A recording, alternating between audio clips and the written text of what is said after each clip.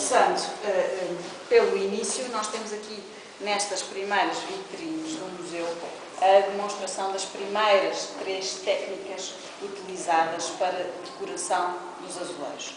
Elas foram técnicas desenvolvidas pelos árabes. Os árabes são os primeiros a utilizar o azulejo e a desenvolver o seu fabrico. Foram técnicas desenvolvidas ao longo dos séculos XIII, XIV e XV. Começando aqui um bocadinho mesmo pelo início, nós temos aqui alguns tipos de barro.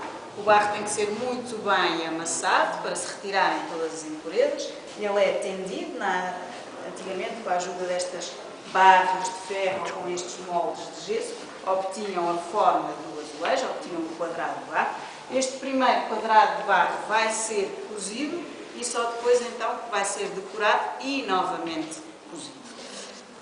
Uma das primeiras técnicas desenvolvidas pelos árabes é chamada técnica de alicatar, que consistia em cobrir o azulejo de uma só cor, de uma cor lisa.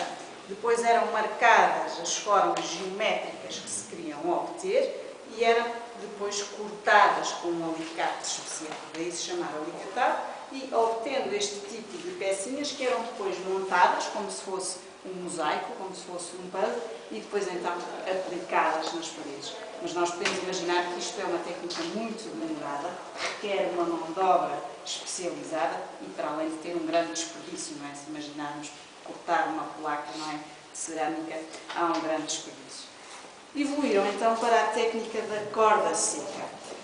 E aqui o sistema é bastante diferente. Eles aqui marcavam o desenho com este traço a negro. Este traço a negro era obtido por uma gordura, uma mistura de óleo de linhaça com óxido de manganês, e ao delimitarem o desenho com esta gordura, possibilitava que se pintasse de diferentes cores no seu interior. As cores, ao ficarem delimitadas, quando o azulejo vai ao forno novamente, na segunda cozedura, as cores não se misturam, precisamente por estarem separadas por essa gordura. E durante a segunda cozedura, então, ganha o aspecto brilhante, não é? Característico dos azulejos. Outra técnica desenvolvida pelos árabes neste período também é a chamada técnica da aresta. E aqui funciona de modo um pouco diferente. Aqui o desenho é marcado num molde, o barro ainda fresco é colocado em cima, funciona quase como um carimbo, não é? E temos o desenho marcado com estas linhas, com estas arestas, o que possibilita que, mais uma vez, se pinte no seu interior e as cores fiquem delimitadas, fiquem separadas, resolvendo o tal problema de se misturar durante a segunda cozedura. Outra técnica também desenvolvida nesta época é a chamada técnica do relevo. Aqui o princípio é o mesmo, da aresta, só que o desenho é escavado mais fundo no molde e daí que se obtenha um desenho com mais altura, portanto, com mais relevo. Portanto, as 3 primeiras técnicas que são usadas na azulejaria são o alicatar, a corda seca e a aresta. Para termos um bocadinho a ideia de como os azulejos são cozidos. Eles, evidentemente, que não podem ir ao forno todos empilhados uns em cima dos outros, não é? Porque senão ficariam colados.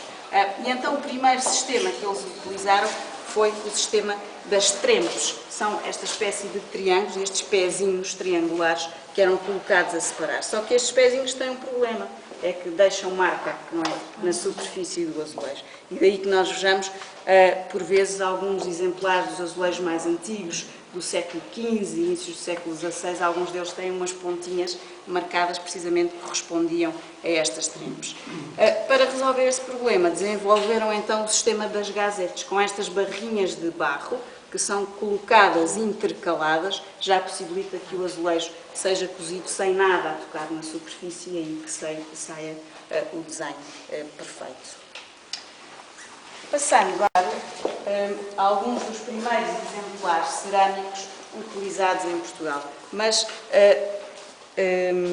exemplares cerâmicos de chão. Estes não ainda de parede. Nós podemos ver até pela sua grossura, não é? Eles eram colocados no chão precisamente devido ao desgaste que iriam ter. Eles são importados, sobretudo da região de Manises, perto de Valência.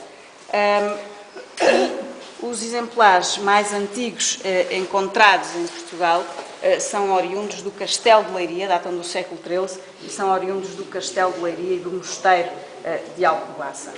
Eram formados pelos alfardões, são estas peças hexagonais, e pelas luzetas, que eram estas peças centrais, e que muitas vezes eram conciliados com a tijoleira tradicional, como nós podemos ver aqui à frente. Os pavimentos eram decorados também, muitas vezes utilizando a própria tijoleira e fazendo esta alternância com as peças decoradas.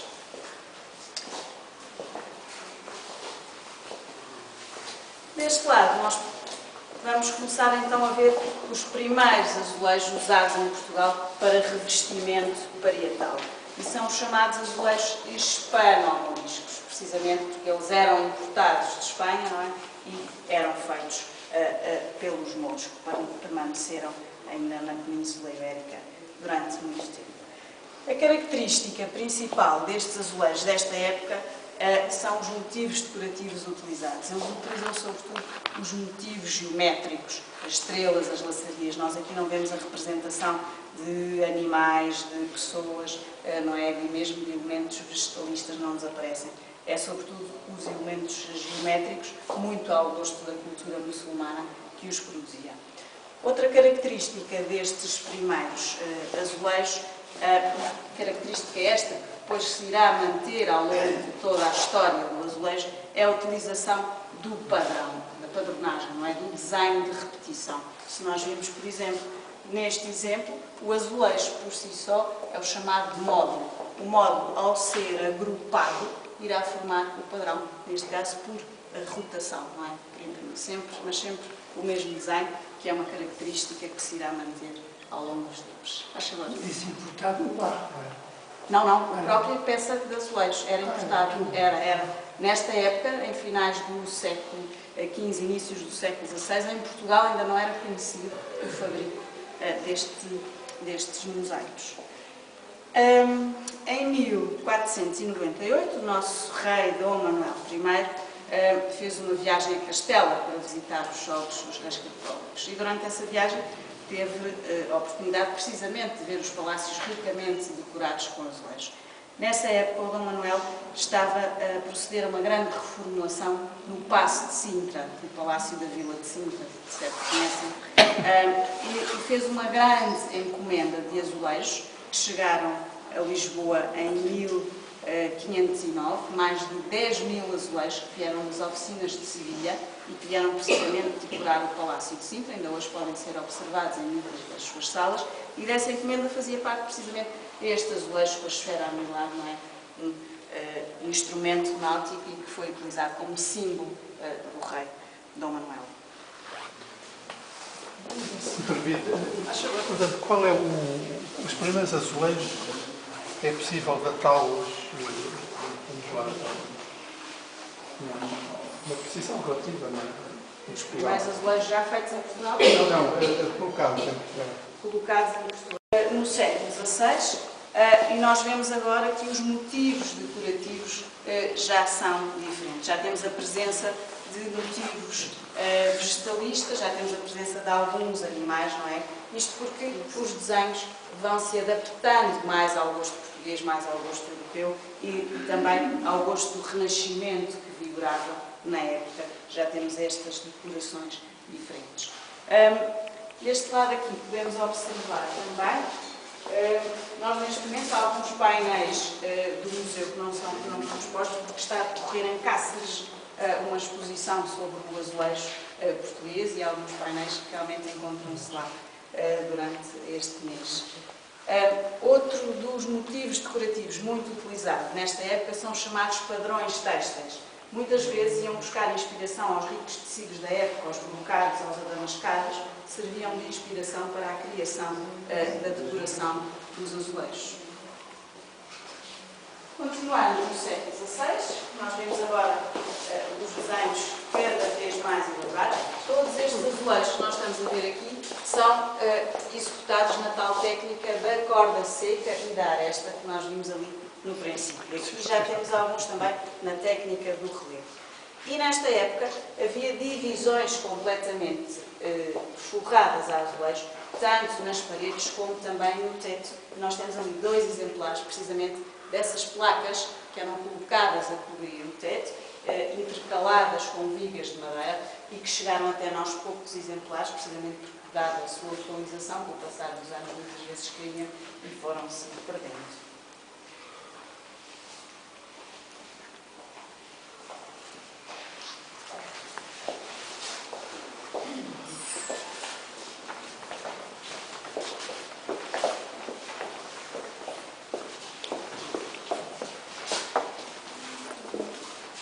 No século XVI, e vai ser descoberta em Itália uma nova técnica para decorar os azulejos, que é a chamada técnica da faiança ou majólica.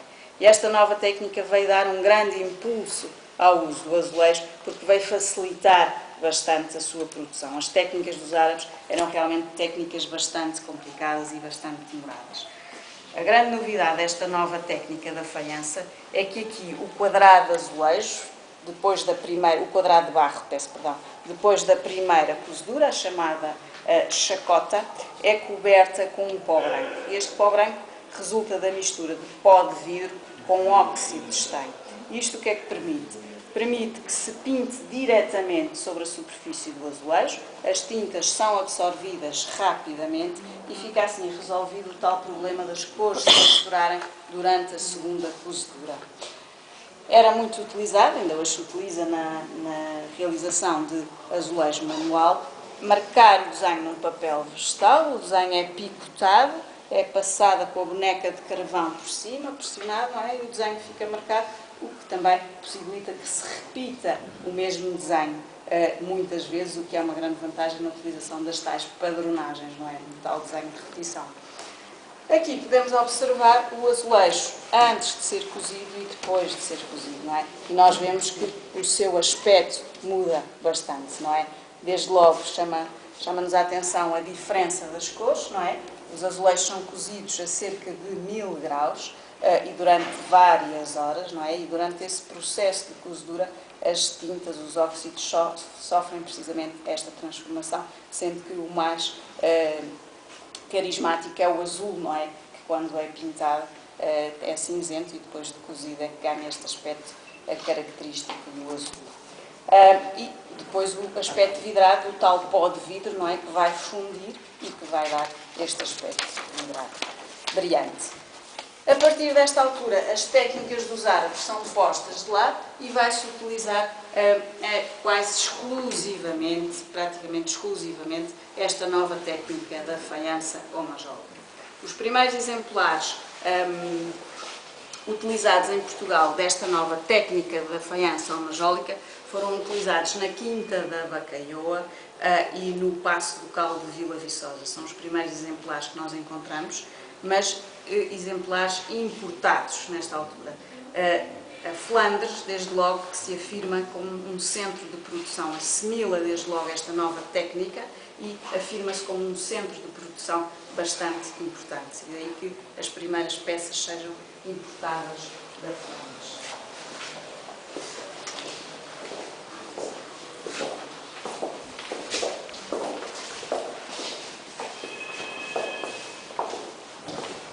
Estamos perante uma das chamadas obras-primas da azulejaria portuguesa. É o chamado painel de Nossa Senhora da Vida e então é uma das primeiras grandes obras feitas já em Portugal, feita já por um mestre português, segundo esta nova técnica da faiança ou majólica. Este painel cobria completamente uma das paredes da antiga igreja de Santo André, uma igreja que existia perto do Castelo de São Jorge, mas que no século XIX foi demolida por imperativos urbanísticos. Ele está datado de cerca de 1580, atribuído ao mestre Marçal de Matos, e realmente conta-nos o nascimento de Cristo, começando em cima com a cena da Anunciação, do anjo Gabriel anunciando a Maria que vai ser mãe. Aqui então não é já a representação do presépio e a ladear os dois santos evangelistas, São João e São Lucas, que fazem um relato da vida de Cristo.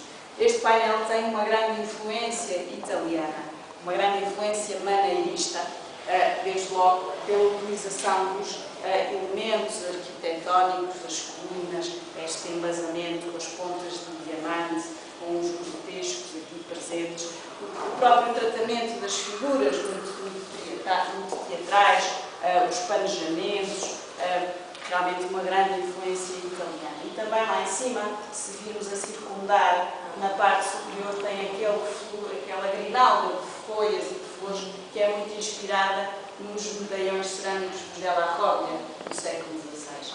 Uma grande influência, portanto, italiana. Este painel tem também a curiosidade de ter representadas as 3 artes maiores consideradas no século XVI. E nós temos a presença, aqui esta cena central, que parece quase um quadro, não é? Temos a presença da pintura, as colunas e a base, como já referi, a presença da arquitetura e os 2 santos nos nichos, a presença da escultura. Portanto, pintura, arquitetura e escultura, as 3 artes maiores consideradas nesta época. Em cima, às vezes há pessoas que perguntam se faltam ali azulejos, mas corresponde ao espaço da janela que existiria na igreja e não há falta de azulejos.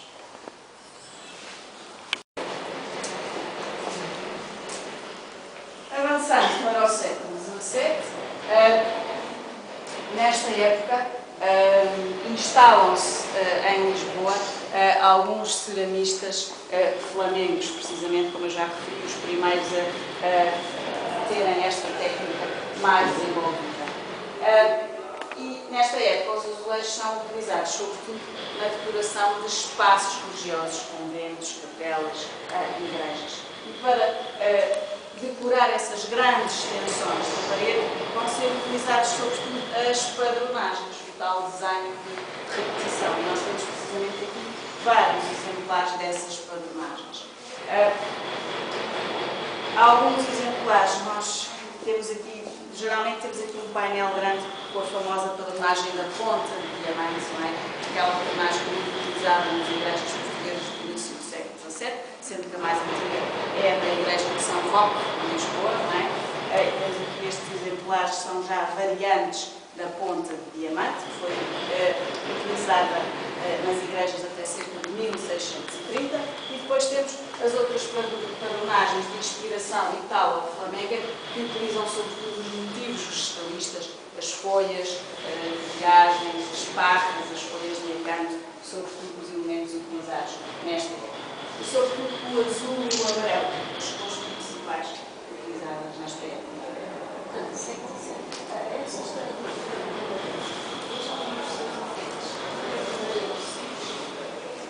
O amarelo é usado desde o início da azulejaria, em finais do século XVI e no século XVII.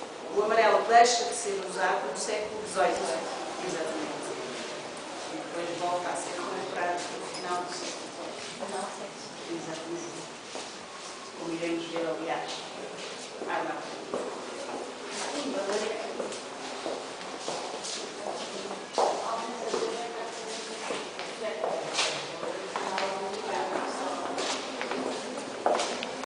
Continuamos no século XVII, com as padronagens utilizadas nos espaços religiosos. Nós temos aqui 2 azulejos bastante curiosos do século XVII. Eles não são portugueses, são holandeses, mas são curiosos porque têm retratos pintados, o que não era muito habitual na época. E neste caso é precisamente o retrato do rei Carlos II de Inglaterra, que casou com a nossa princesa, a Dona Catarina de Bragança, não é? A tal que ficou famosa por ter levado para a Inglaterra o hábito de ver o chão. Em relação às padronagens, temos aqui vários exemplares de um padrão também muito utilizado nos espaços religiosos, que é o chamado padrão da camélia. Esta flor foi copiada das porcelanas trazidas da China pelos portugueses. Na época foi confundida com uma rosa. Ela, na realidade, é uma peónia, mas foi confundida com uma rosa, e daí que tenha sido muito utilizada em espaços dedicados à Virgem, precisamente pela analogia da rosa à virgindade.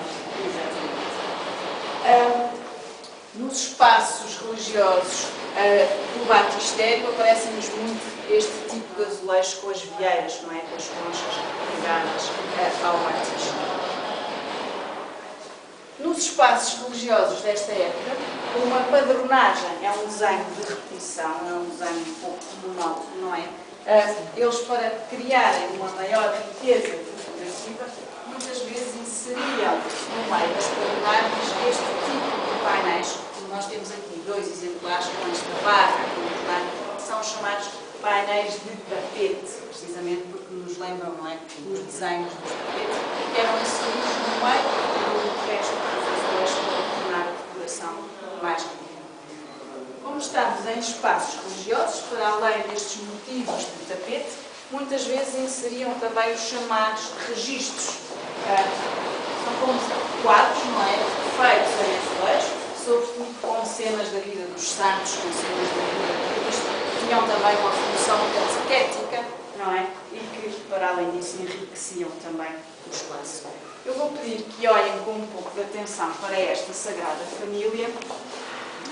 E se nós observarmos com atenção estas caras das figuras, se observarmos aqui os pés do Menino Jesus, nós vemos que a pintura portuguesa no século XVII do azulejo é ainda uma pintura bastante arcaica. Aquela grande obra que nós vimos de Nossa Senhora da Vida é uma exceção, não é? É uma obra de um mestre.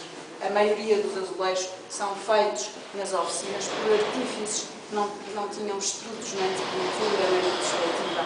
Eles muitas vezes copiavam estes desenhos dos livros ou das gravuras da época e, precisamente como não tinham tido esses estudos, ao transporem o desenho para o azulejo, ele resultava um pouco distorcido, não é? Um pouco naif. A pintura de azulejo em Portugal só vai atingir a qualidade que depois será característica só depois do século XVIII. Tem aqui ainda uma pintura muito arcaica. Temos também aqui este Cristo, que é curioso ver que eles algumas vezes até cometiam alguns erros. Se olharmos com atenção, por exemplo, aqui este São Diogo, nesta mão tem 6 dedos. Temos ali o São João Batista daquele lado, que também no pé também tem 6 dedos.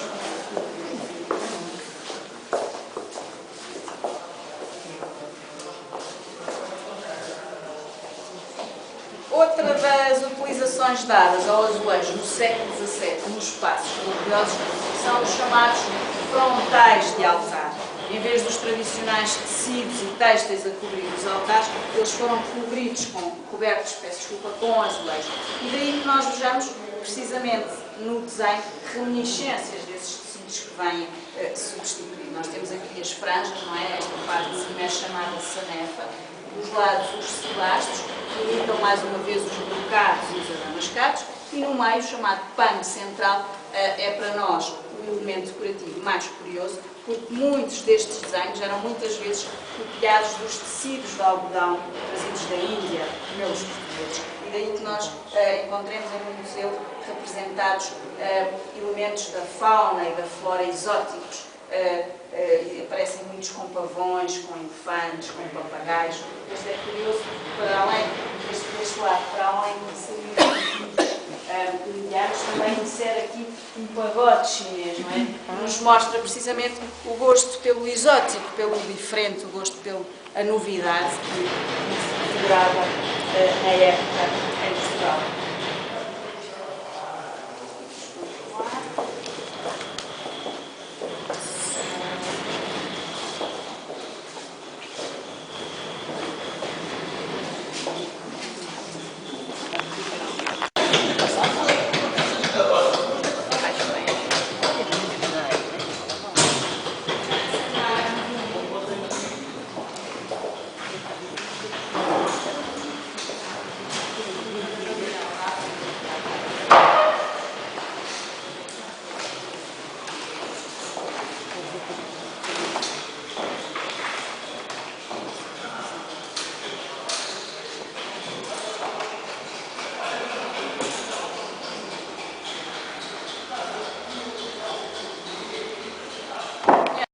Chamado claustrinho ou claustro pequeno, que é o claustro primitivo do convento, o claustro do tempo da fundação da rainha Dona Leonor. Mas do tempo de Dona Leonor só a parte de baixo, que é aquela fivela do contorno A parte de cima já foi construída no século XIX, na tal campanha de obras de adaptação do convento, mas construída ao estilo neo-manuelino para dar uma continuação decorativa.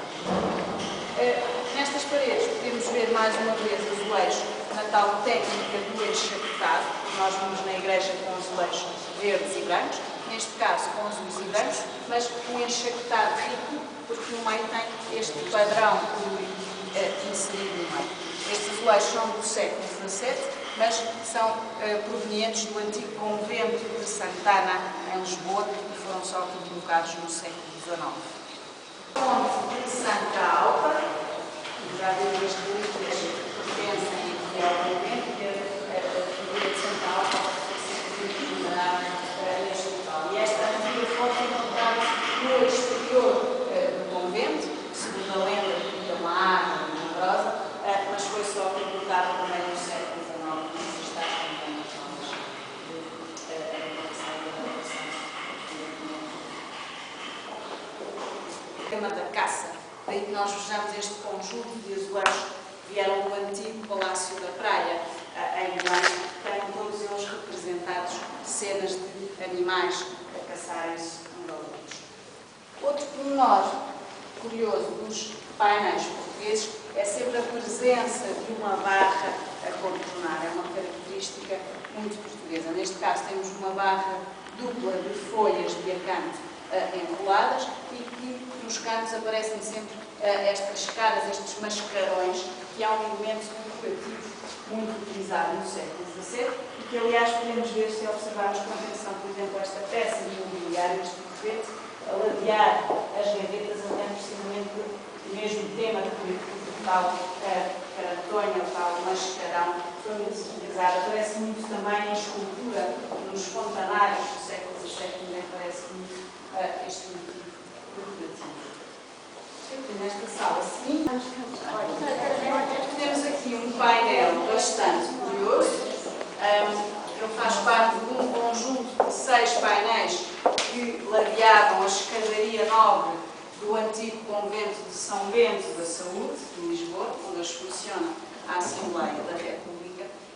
E o curioso deste painel é que, se nós observarmos com atenção estes azulejos, eles são feitos em forma de losango, não são feitos em forma de quadrado, em losango, precisamente para acompanharem a inclinação da escadaria. Normalmente o que acontece nas escadarias, eles utilizam o típico azulejo quadrado, normal, mas o desenho é que se vai adaptar à inclinação. Aqui não, é o próprio azulejo que se adapta à inclinação e que nos mostra também como o azulejo se adapta à arquitetura. Ele utiliza sobretudo os grotescos, a ferro-enris, elementos muito utilizados nesta época, e depois as cartelas de várias ordens militares portuguesas, tendo no centro precisamente a de São Bento, não é? Com o leão, o baco, segurando o baco e a espada.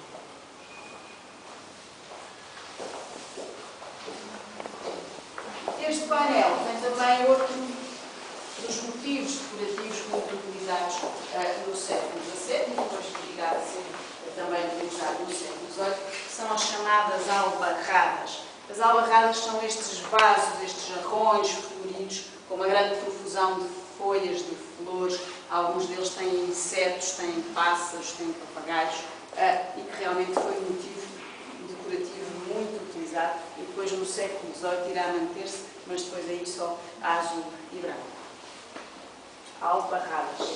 Avançar para o século XVIII, e se repararem nesta sala, sem contar com este primeiro painel, que não é português, temos agora uma nova característica na azulejaria, que é a utilização só do azul e do branco. Não é? Precisamente por influência dos azulejos holandeses, como aqueles que acabámos de ver na igreja, por influência da porcelana oriental azul e branca, que estava bastante em voga na época, torna-se moda então pintar só azul e branco. Temos este primeiro painel muito característico da azulejaria portuguesa, que certo todos já viram em vários locais este tipo de azulejo, chamados azulejos de figura avulsa, e que se chamam assim precisamente porque cada azulejo tem o seu próprio desenho independente uns dos outros, e o elemento de ligação é esta estrelinha nos cantos que faz a ligação entre as diversas peças. Estes azulejos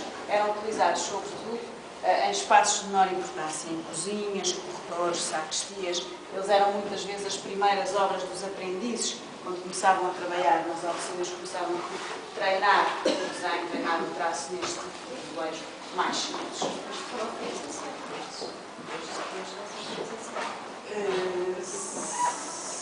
Em série, o que é que designa em série? Já a produção industrial?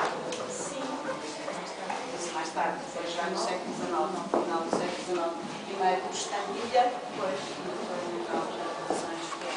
aqui temos azulejos de figura avulsa, mas produção holandesa, e mais uma vez podemos ver a diferença do desenho, não é?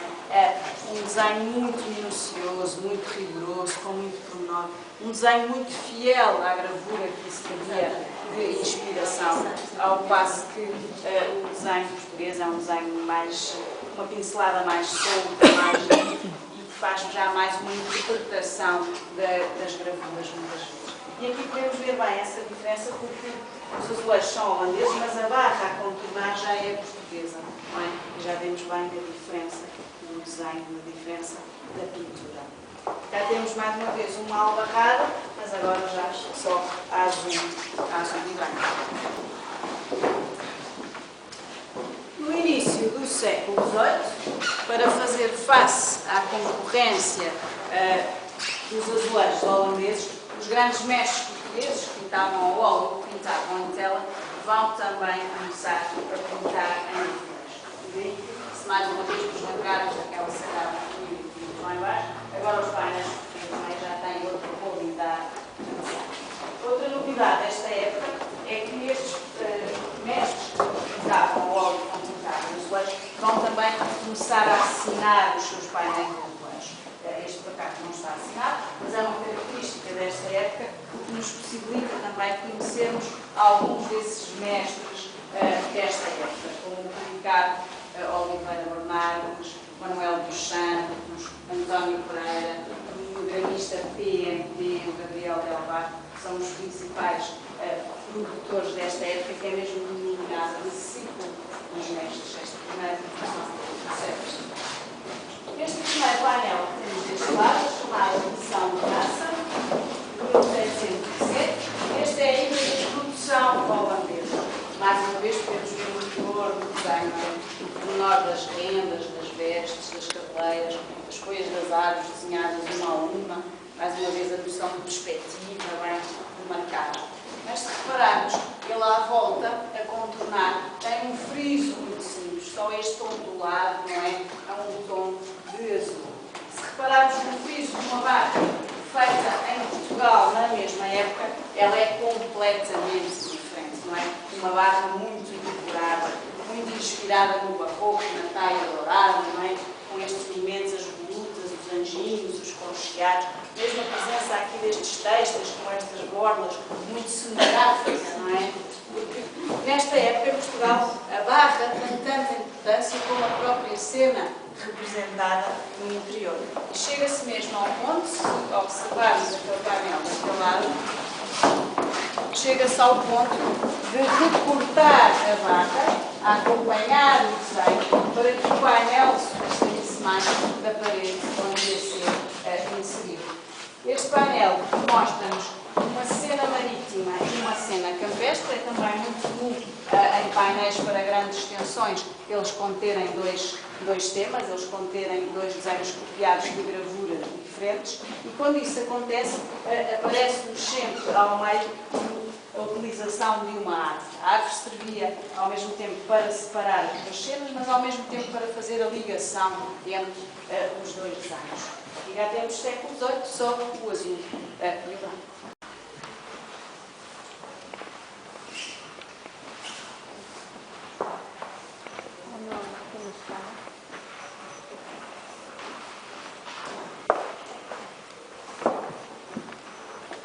Continuamos no século XVIII, agora com a azulejaria de estilo rococó, sobretudo de influência francesa a nível da decoração dos elementos Continuamos com a presença das molduras muito preenchidas, muito decoradas, sobretudo com as volutas e com os poncheados. Outra característica das molduras, elas continuam a ser também muitas vezes recortadas, mas outra característica é serem assimétricas. Também é uma característica própria desta época. Ao avançarmos no século XVIII, nós vemos que são de novo recuperadas as cores tradicionais da azulejaria. Deixa de estar na moda pintar só a azul e branco e é recuperado o amarelo, o verde e o manganês, também por vezes o castanho tradicionais. Nesta época, instalam-se, assiste-se à abertura de muitas fábricas de cerâmica, fábricas de faiança, sobretudo em Lisboa, em Coimbra e no Porto, tendo sido a fábrica que ficou mais conhecida, a Real Fábrica do Rato, não é? Que tem uma grande produção de cerâmica, mas também de azulejos. Os azulejos nesta época são utilizados sobretudo nos chamados silhares. Os silhares são os painéis que são colocados desde o chão até meio da parede, a contornar corredores, a contornar salas, são sobretudo utilizados com essa função. Temos estes dois exemplares curiosos que imitam os trabalhos de ferro forjado, não é? Parecem quase que umas varandas feitas em azulejo. Outra das peças muito característica. Parece uns amarelos, parece que com cargas, que aqui no caso não está. Tem uma estrutura, o amarelo. Tem uma estrutura, não tem? Exatamente. Aqui vemos o começar ainda muito terno de inserir novamente a cor, de deixar de ser só o chapão azul e branco, não é? E aqui ainda de uma forma muito terna começam então a aparecer as cores. Aqui o amarelo, mas depois vimos então, começa então o verde e também o manganês. Mas vemos que é um processo terno, não é? É feito. Exatamente. Mantém-se sempre. Verde, sim. No caso, só quando se utiliza só o azul branco, nessa altura são exato, mas depois vai naturar novamente. Como eu dizia, outro dos painéis característicos desta época são as chamadas figuras de convite. São figuras feitas em azulejo, em tamanho natural, sobretudo com imagens de militares, de guardas, de damas, de criados, que eram utilizados na entrada das casas ou às vezes na entrada dos jardins e que serviam para dar as boas-vindas a quem chegava. Às vezes algumas figuras até se encontram a apontar, como que indicar o caminho, e que foram muito utilizadas no século XVIII.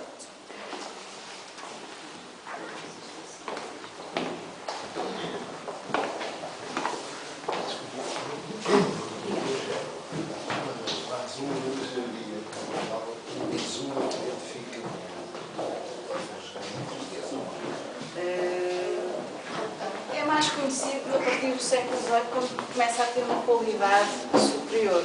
Há por vezes até aquele dizer que azulejo vem de azul, não é nada, vem de água, não tem nada a ver. Nós depois mais característicos, exatamente. Estes azulejos que temos estado a ver, do estilo barroco e do estilo rococó, são azulejos sobretudo figurativos. Nós deixámos de ver as padronagens que tínhamos visto no andar de baixo, utilizado em grande escala. Só depois do terremoto de 1755, com a reconstrução da cidade de Lisboa, vai ser preciso reconstruir de uma forma mais rápida e mais económica, vão ser de novo utilizadas as padronagens. Neste caso ficaram conhecidas como as padronagens pombalinas, não é? E que ainda hoje podem ser vistas em muitos dos edifícios de Lisboa. Avançando no século XVIII, nos inícios do século XIX, nós temos um novo estilo na azulejaria, que é o chamado estilo neoclássico de influência francesa. É um estilo mais leve, por oposição a estes últimos painéis que temos estado a ver, muito preenchidos, não é? Um estilo mais leve, já deixa ver o fundo branco, que até aqui não se via, utiliza sobretudo as grinaldas de flores, os cestos, as laçarias, e temos este conjunto bastante curioso que nos contam uma história. Nós sabemos, através desta cartela que acompanha aquela imagem, Vamos seguindo a história aqui do António Joaquim Carneiro, um rapaz pobre que vivia no campo a tomar conta dos rebanhos dos irmãos mais novos. Aqui é-nos dito que está a tomar conta dos bois do avô, mas ele parece não estar com um ar muito satisfeito. O nosso António resolveu mudar de vida, resolveu vir para a cidade, para Lisboa, aprender uma profissão. Ele tinha um tio que era chapeleiro e aqui vemos precisamente ele vem aprender o ofício de chapeleiro, cá está, seguindo as indicações do tio a aprender a fazer chapéus. Nosso António deve ter aprendido também a fazer chapéus, que montou a sua própria loja, manda vir a mãe e os irmãos para o ajudar nos negócios. Aqui é-nos dito que casou com uma senhora viúva que já tinha 5 filhos, é um dado curioso, possivelmente uma senhora da alta burguesia, que também possibilitava uma ascensão social. Vemos que já tem aqui outra loja naqueles edifícios da Baixa, Pombalina. Aqui já o vemos a conduzir o seu próprio cavalo, e o António Joaquim Carneiro vai mandar construir uma quinta nos arredores de Lisboa, que ficava na Póvoa de Santo Adrião. Uma quinta e uma fábrica de chapéus, não é? Porque ele continua sempre com os seus negócios. E é o próprio António Joaquim que encomenda este conjunto de azulejos na Real Fábrica do Rato, em 1800, para colocar na sua quinta, para poder mostrar às gerações vindouras a história da sua vida, não é? A ascensão da burguesia desta. Mas são todos, o Dito dizia-se, não? O Dito é o nome dele, em vez de repetir, é o Dito, em vez de estar sempre a repetir, era utilizado este Dito, exatamente. É curioso ter uma...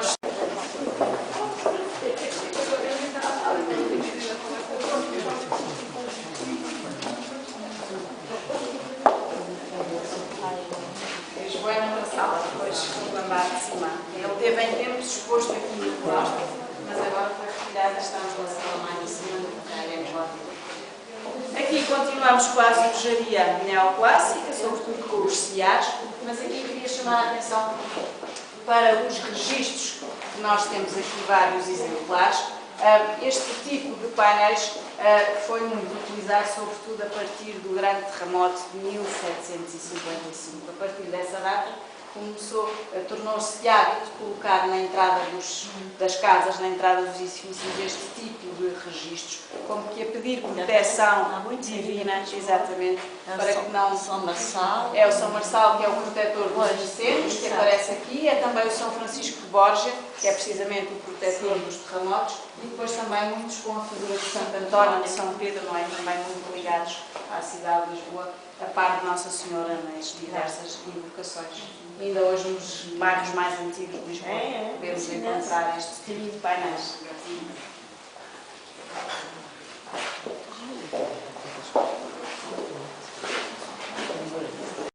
A característica do século XIX principal é que o azulejo até aqui era utilizado sobretudo no interior dos espaços, que no século XIX passa a ser utilizado no exterior.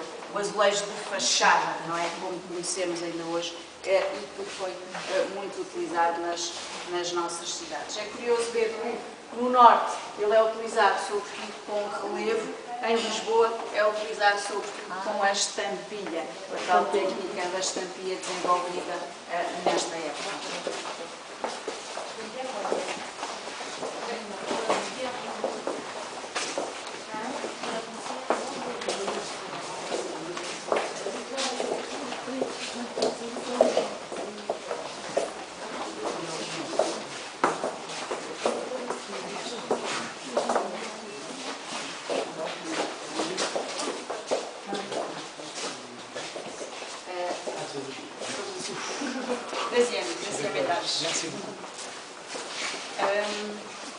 Vamos avançar para o final do século XIX e início do século XX e temos aqui este primeiro painel de um artista bastante importante para a história da azulejaria, que é o Rafael Bordal Pinheiro. O Bordal Pinheiro funda uma fábrica de cerâmica nas Caldas da Rainha em 1884 e vai ser ele o principal responsável pela difusão da cerâmica e sobretudo da difusão do azulejo nesta época. Ele vai recuperar muitos dos elementos característicos da azulejaria portuguesa do século XVI e no século XVII. Vai utilizar esta técnica do relevo, como nós vimos lá em baixo, mas ao mesmo tempo vai ser ele a introduzir a arte nova de influência francesa no azulejo, daí que seja um artista incontornável. Esta aula do museu tem representados vários artistas contemporâneos com trabalhos de azulejaria. É uma aula que geralmente está sempre em renovação, porque nós não temos muito espaço para esta exposição.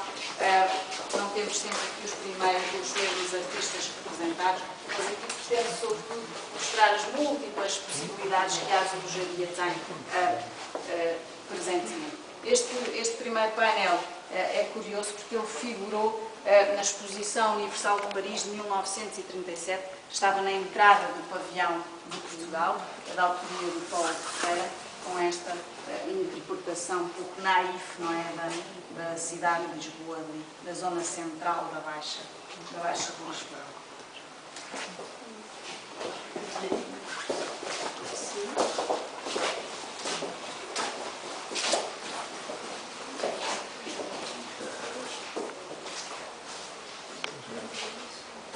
Este painel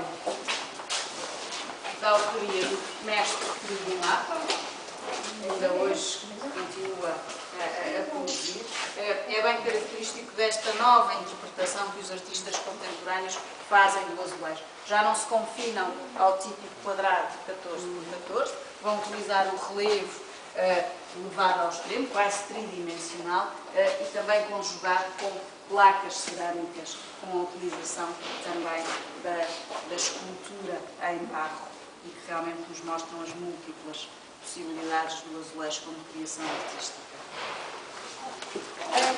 Eu Exato, foi a ideia dele. é um pouco, não é?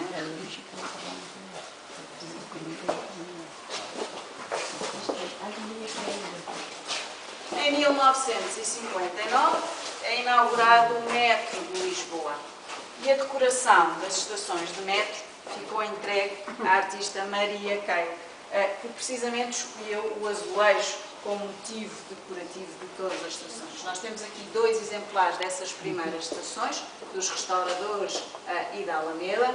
Como sabemos, o metro tem tido uma grande expansão, tem-se aberto muitas estações novas, mas felizmente que se mantém essa tradição de todas elas serem decoradas com azulejo. Ali ao fundo podemos ver aquele mocho que faz parte de uma dessas estações mais recentes, da estação da cidade universitária, Exato. da autoria de Vieira da Silva. Tem 95 anos. É 95. Nós estamos lá.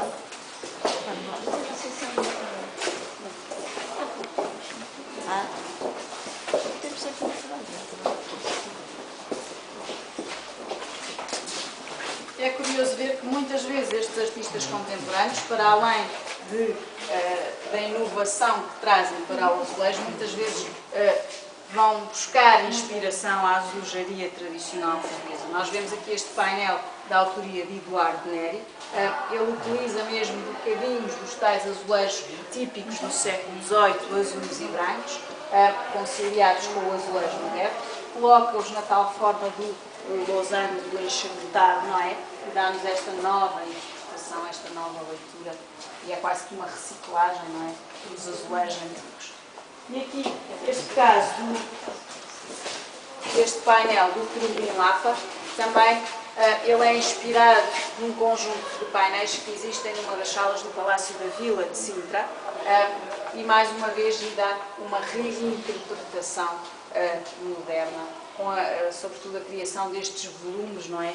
Parecem quase salientes, e ali em cima com aquelas torres e aqueles animais, dando uma nova interpretação. Para finalizar, convido-vos a ir até ao segundo andar para vermos a famosa vista de Lisboa.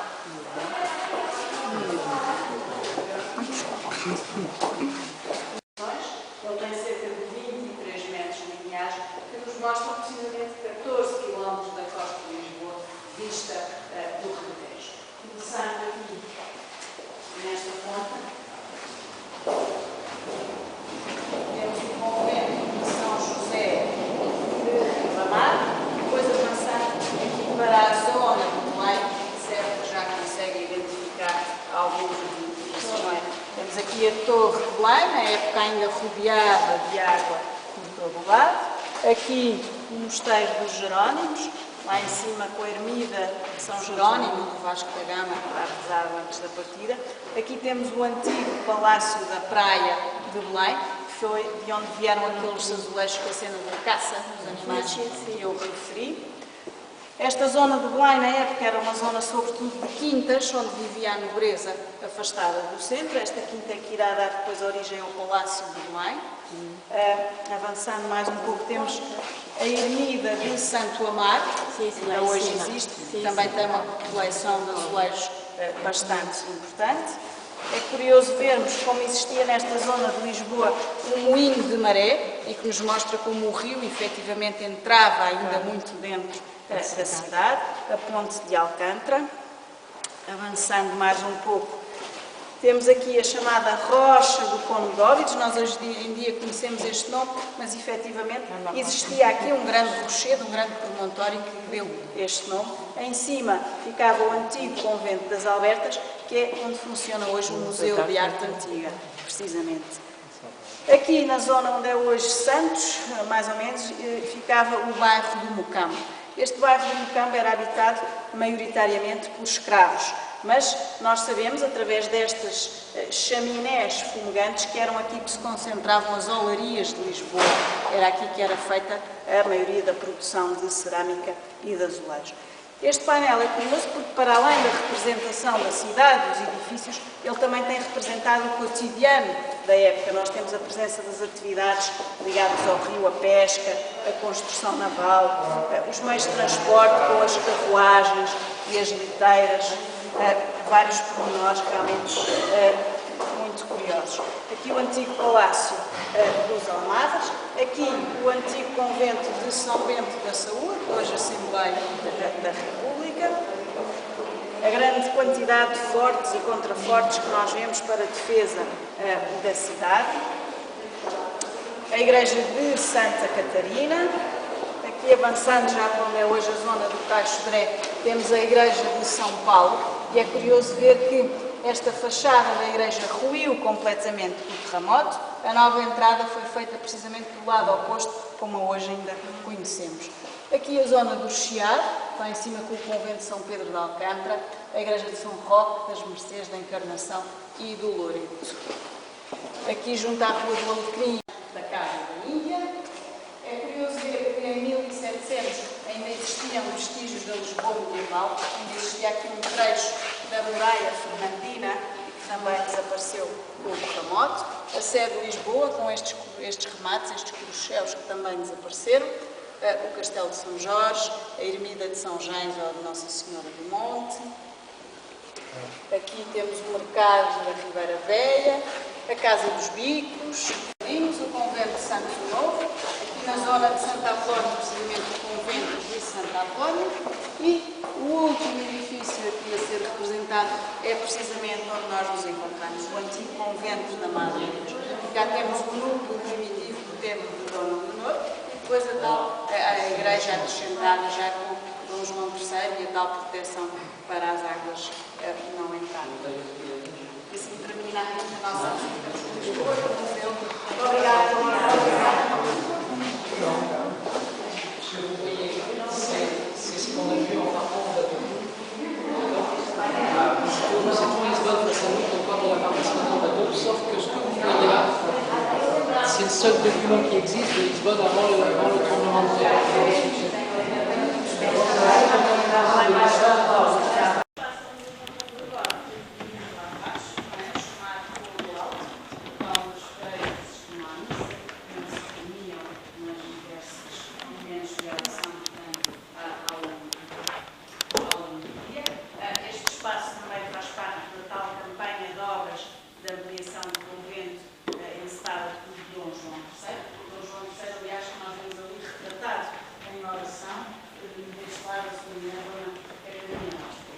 Mais uma vez este espaço recebeu uma decoração no século XVIII de Austin Barroco, sendo a peça de salientar este tabernáculo com todo este trabalho militar e acabado. E é curioso, nós vemos ali a imagem do tabernáculo sempre para expor o Santíssimo, não é? E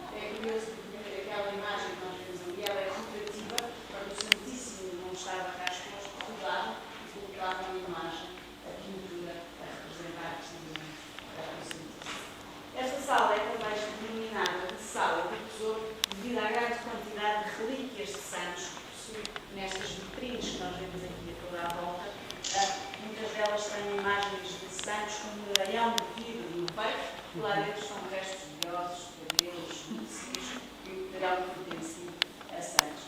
A importância dos conventos nesta época quase que se via pela quantidade de relíquias que possuíam e se nos aproximava da divindade e da santidade. Algumas estão a ser restauradas no momento, alguns espaços não estão previstos precisamente porque elas estão a ser restauradas. O chão, tanto este como da sala seguinte, tem um valioso trabalho de madeiras exóticas, madeiras que vieram do Brasil no século XVIII, precisamente agora nesta altura, para ver se surgiu, já está ficando menos gastado. Esta peça que temos aqui ao centro é o chamado latrio, que servia precisamente para colocar os livros e as escrituras, os livros dos cânticos.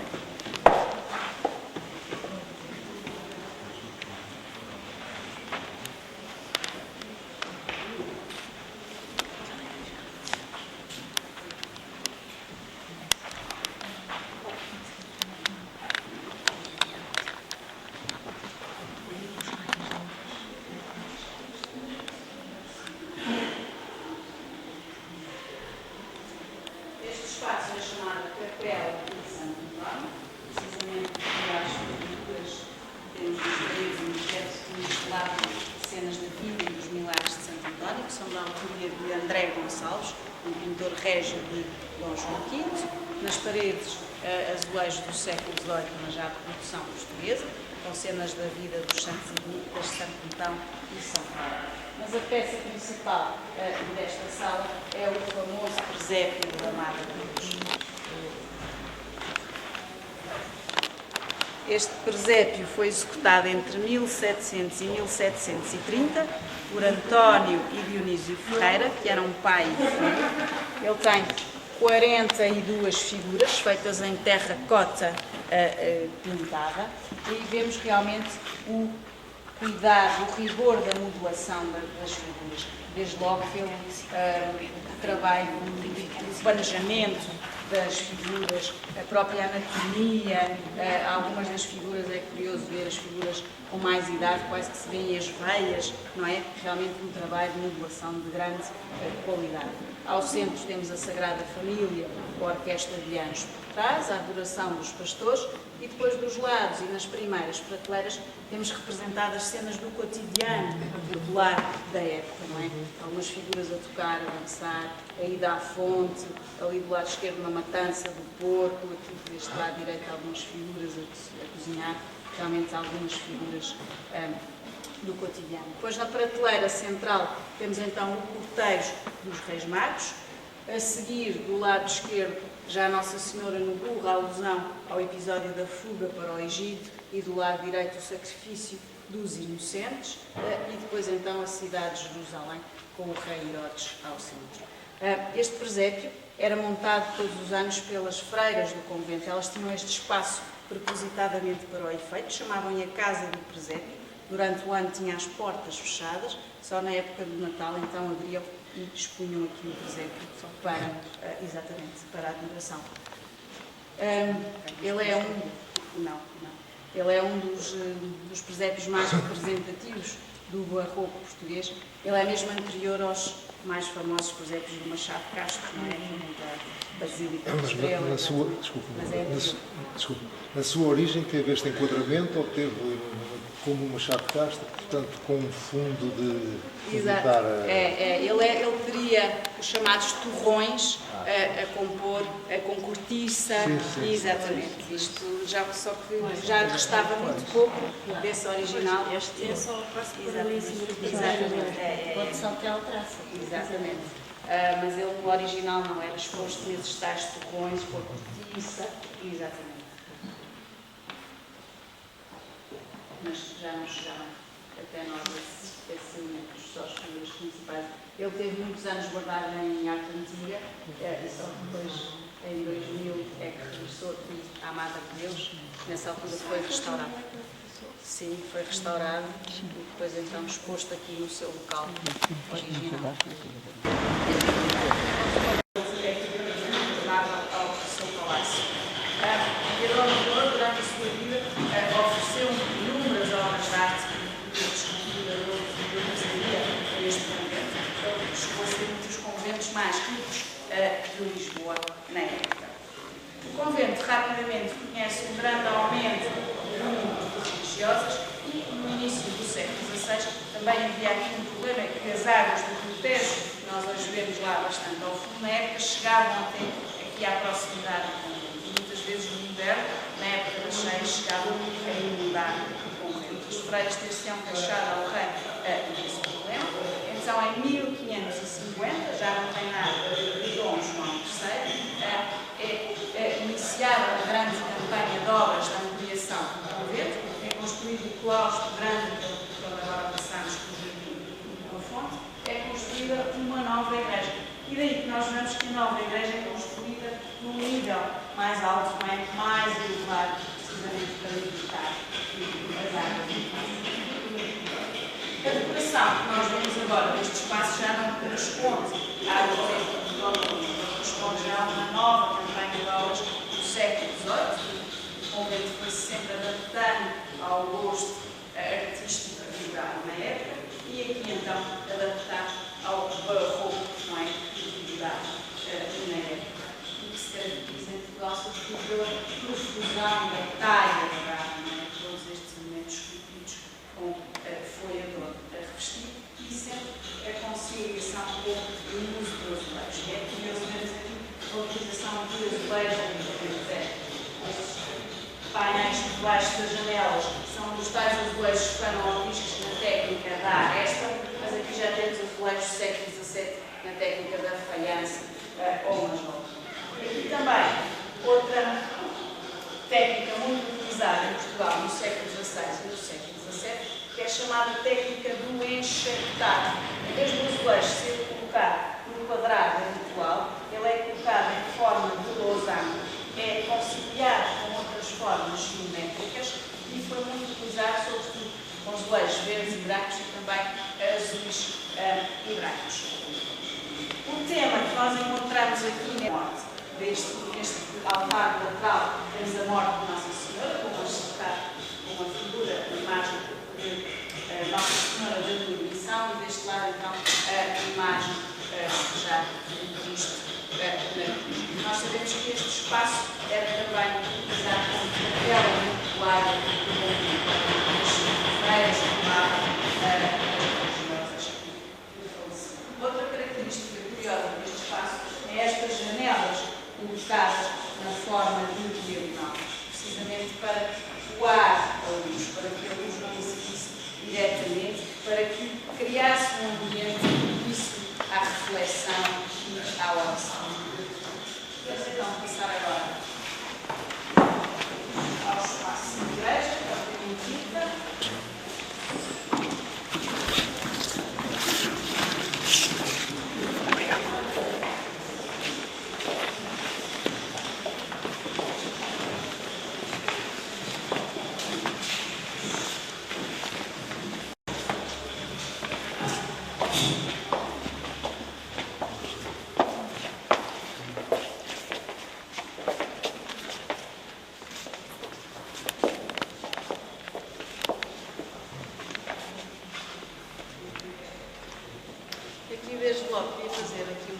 É que esta escadaria que nós subimos agora, esta passagem no tempo do convento não existia.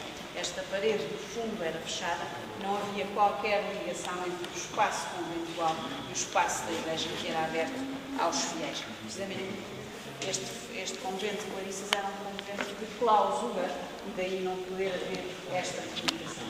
Aquele espaço que vimos em cima, aquela balaustrada, é o chamado corpo alto. Na época não tinha aquele vidro, mas uma grade, e era precisamente o local onde as religiosas assistiam à missa e às cerimônias. Esta passagem só foi aberta já no final do século XIX. Em 1871 morre a última freira do convento. Em 1872 é iniciada uma grande campanha de obras de adaptação do convento à escola e à Asilo Dona Maria, e então nessa época é que é aberta esta passagem. A igreja, como eu referi, iniciou a sua construção em 1550, mas mais uma vez estamos perante uma redecoração no século XVIII ao estilo barroco, e que se caracteriza também por esta profusão decorativa, todos os espaços muito dirigidos, muito decorados, desde as paredes até ao teto. Nós no teto temos pinturas finais do século XVII, da altura de Mato de Cruz, que nos contam cenas e episódios da vida da Virgem. Nas paredes, já de início do século XVIII, da autoria de Bento Coelho de Silveira, temos na folhada de cima a história de Santa Clara, e na de baixo a história de São Francisco. Santa Clara e São Francisco são dois santos sempre muito ligados. Santa Clara inspirou-se precisamente na regra de São Francisco para fundar a sua própria igreja.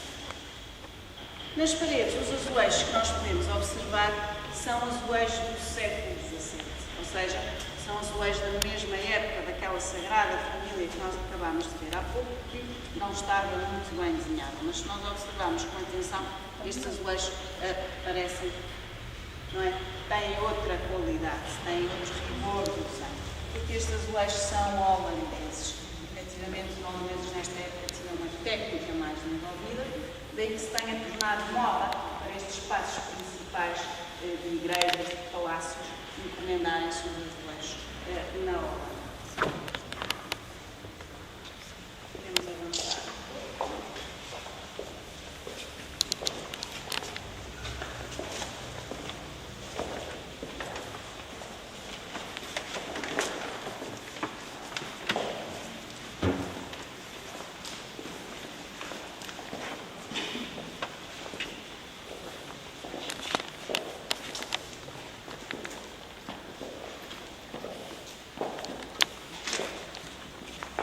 Neste altar lateral encontram-se as relíquias de Santa Áurea.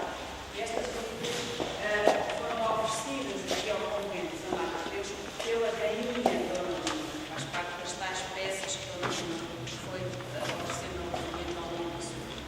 Estas relíquias tinham sido oferecidas à Dona Leonor pelo seu primo, o imperador Maximiliano. Existe no Museu Nacional de Arte Antiga uma pintura de início do século XVI que relata precisamente a chegada das relíquias a Lisboa e a chegada das relíquias ao convento da Madre Deus. Aqueles dois painéis de azulejos que estão aqui a ladear a entrada da igreja, esses são já do século XIX, foram postos quando há abertura da passagem, mas esses dois painéis são precisamente inspirados nessas pinturas do século XVI que fazem um relato da chegada das relíquias aqui à Madre Deus.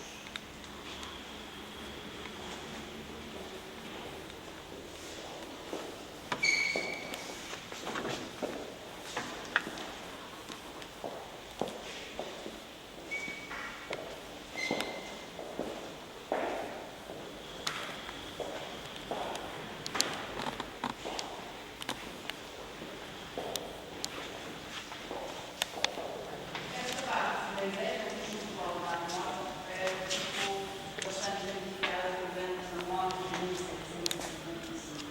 Então, esta parte da cúpula do altar mor foi já feita no reinado de Dom José. Já ao estilo rococó, no estilo que se segue ao vapor, continua esta profusão da talha dourada, mas agora um pouco mais leve e, sobretudo, com a utilização das volutas e dos concheados. Daquele lado podemos ver a chamada Tribuna Real, o local onde a família real ficava quando assistia aqui às cerimónias, e durante os vários reinados a família real foi sempre bastante devota deste local e deslocava-se aqui com bastante frequência. Os azulejos continuam a ser de produção holandesa, e cá temos mais uma vez o pormenor do desenho, um desenho mais rigoroso, a noção de perspectiva já bem delimitada, não é? Ali naquela avenida de árvores. E é curioso ver, podemos ver alguma diferença entre o desenho, porque o rodapé que está em baixo já é de produção nacional, já é de produção portuguesa, e este é curioso, tem 5 anjinhos que representam os 5 sentidos. O altar-mor tem agora a figura de Nossa Senhora dos Prazeres, foi colocada no século XIX, no local onde estaria uma figura precisamente da Mata de Deus.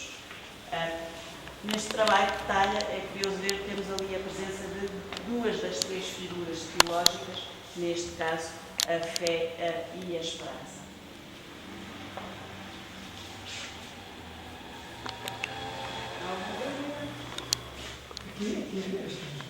São coloridos e as coisas vão aumentar o significado. Estas pedras no meio, possivelmente elas teriam imagens, funcionavam como caixas de moldes, mas tinham também imagens de talha.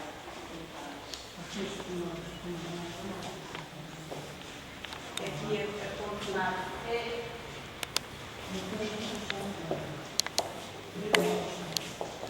sim, esta parte do piso baixo